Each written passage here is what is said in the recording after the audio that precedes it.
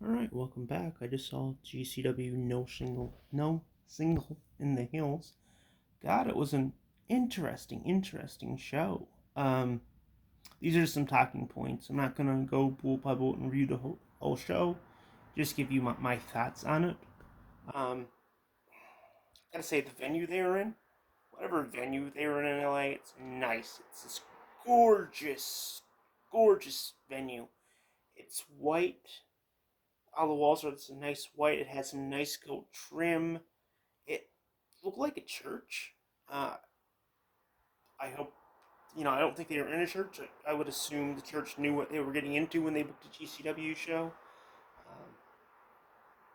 Village not being the best place for ultraviolet wrestling. It was a beautiful venue.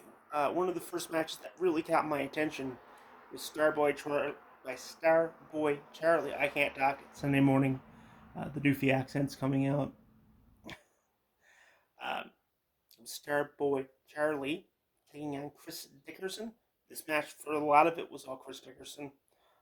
I thought it was a really nice thought. They had Saul Waltman there, who was doing commentary for certain matches, not for all of them, mind you, but for special ones. He was on commentary for this, and Dickerson was coming out. He's been in the business forever. They put him over as a big guy. Chris Dickerson's a humongous man. Jacked thighs on him like the side of Trey Junks type deal. And he comes out with the Ring of Honor tag title. He's doing a lot, but he does lose this match. He loses actually by submission, and just put Starboy Charlie over. Huge. I thought it was interesting how they put him over huge. And Sean Waltman being on commentary, it looks like they were trying to tell the story of the 1, 2, 3 kid and Razor Ramon. Although Charlie tapped Dickerson out, and Waltman pinned Razor Ramon with a moonsault. That was huge. Dickerson even gives him the ring, shakes his hand. I think he even bows to him. At one point, he gets on his knees for him. Not, he gets on his knees, like you did it, son type thing, not to get on your knees for some. That was really great. The tag match, the tag title match that was later on in the night was insane. It was between Second Gear Crew, Mace Warner, and Matthew Justice, who does the right thing. They come out, they're big metalheads. Matt Warner. If you haven't seen the Matt Warner match before, his gimmick is that he likes to drink and likes to fight. Kind of sounds like people I went to school with. Perhaps not, perhaps, but they're coming out to Walk by Pantera. So everyone's there seeing it because it's a great song. And it was also RVD's entrance theme in ECW, which is a great little. I don't know if they did that intentional or not, but it's great. It's Allison Catch and Effie. This match is great. It starts off by Effie being Effie and kissing Matthew Justice. Try to play head games, what Goldust would do. But, it's 2021, so Matthew Justice kisses him back. And then, he looks at Mance and goes, "You're going to kiss her?" And then they just headbutt each other. And the match is a lot of fun. It's a good, fun, hardcore match. There is one spot where they do the table stack, so they have, a board across two chairs. They put two chairs on top and they put another board, and they put Catch and Effie between those two and do a big splash on it on the first board. Those spots don't really, for some reason, those spots have never really worked for me. So I don't know the idea behind it.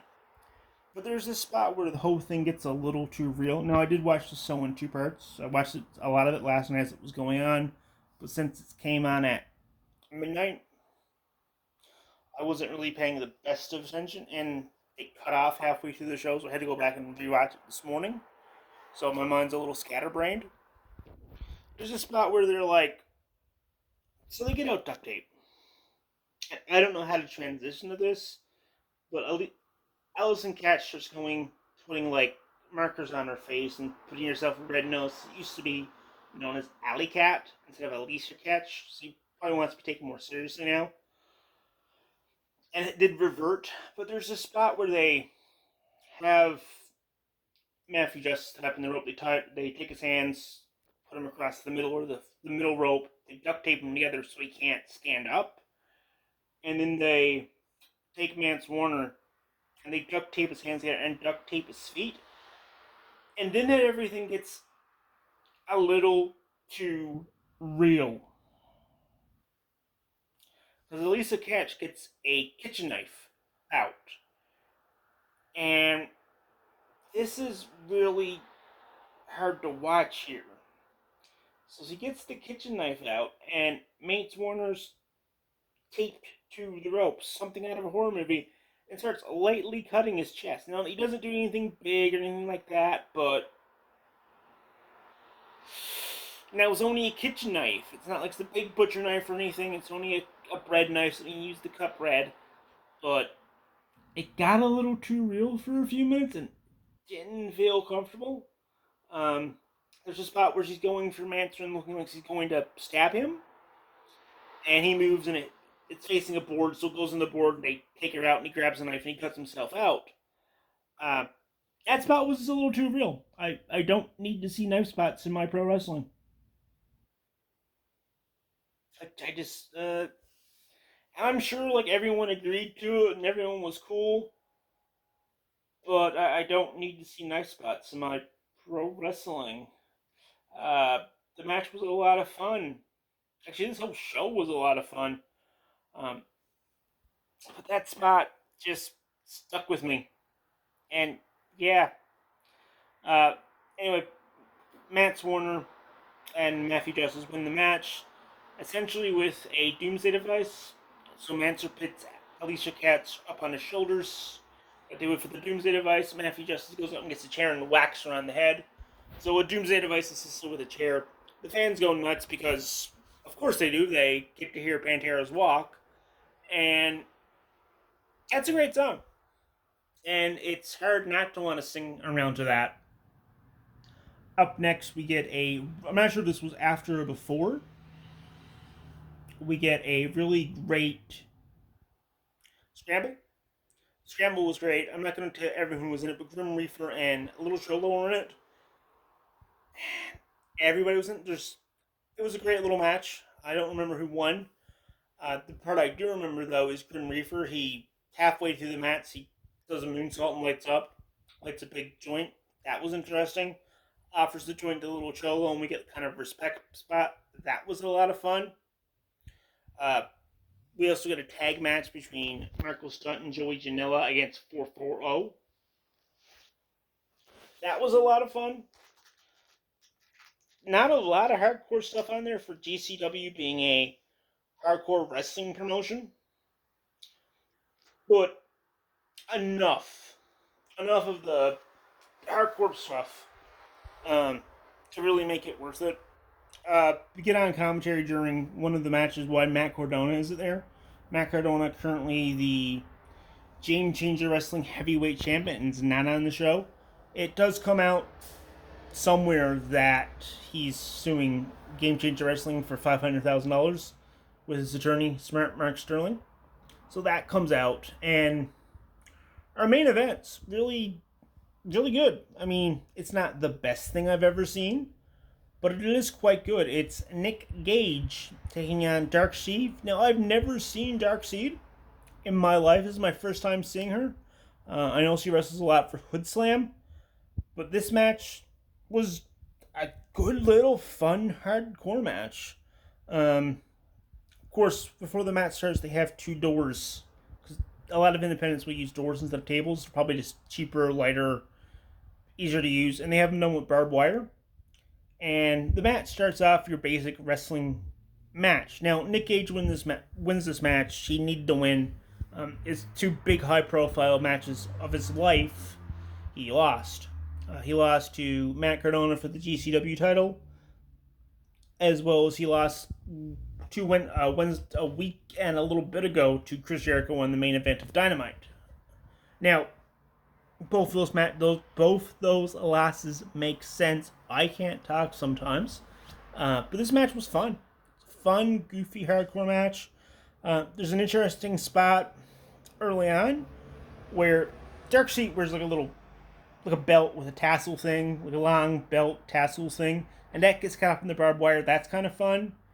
And early on, Nick Gage takes advantage, grabs a staple gun, and staples her hair down to the ring, puts the board on top of her with barbed wire, and does an elbow drop. That was a lot of fun.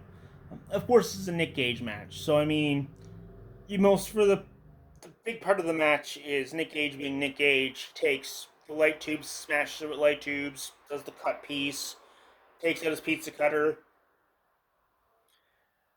Yeah, I know, takes out his pizza cutter.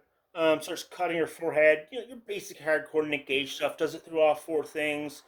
Does pretty much a whole lot of just Nick Gage wrestling, which isn't a whole lot. Um, does the pop and circumstance. Gives the fan a pizza cutter. Be great on the merch table if you see him with like signed pizza cutters. Um, I know Abdullah the Butcher now does forks at meet and greets. We'll sign a fork for them and do that. Be great when Nick Gage gets old and can't wrestle anymore. Uh, Hopefully another 30 years, but his style. And does like signed pizza cutters. That'll be kind of interesting to see all our merch stand. Little kids. God, I hope there were no kids watching this. You don't need to see a man beat up a woman and start cutting her. That might be a little too close to home for some kids. I hope no parents brought their kids to this show and were like, "Yeah, you like wrestling? You see it on TV, John Cena, Roman Reigns. Yeah, it's great. You like that." Take their kids to a GCW show. Uh, I hope that didn't happen. I hope someone smartened the parents up when they heard the catch was Nick Gage. I'm hoping they did. Little Jimmy doesn't need to see Nick Gage. That knife spot would have been interesting to talk about in the car with Lisa Cash and the knife. Yeah, that would have been interesting. Sean Waltman's on commentary for this. This is really great. They put over the Dark Sage as being a tough SOB. There's a spot later on in the match where Nick Gage is pantomiming to the crowd and he's going to beat her up. And she does like the splits, has a staple gun in her hand, and staples his crotch. Um, Essentially, I hope he wore a cup for that, so he doesn't get staples in his equipment. That was really interesting. The whole match is really never in doubt. Nick Gage just power drives her twice and power bombs her and pins her that way. At the end of the match, he's getting it by the crowd. The crowd's going nuts because Nick Gage just won his match. It's probably a win where he probably needed a win. And Dark Sage is going out of the ring, and he gives her the ring and puts her over huge as being a tough SOB, and just a really fun show. This show was a lot of fun. The Scramble was really fun. Jimmy Lloyd was on this show. This show was a really easy 3-hour watch. Definitely worth a watch. Nothing mind blowing, but you don't always need mind blowing title changes to have a fun wrestling event. This was a lot of fun. I would recommend it. Anyway, if you like this video, like the video, and there's a subscribe button there. You can hit it if you like. And if you take nothing else from this, make sure to have a great rest of your day. Bye.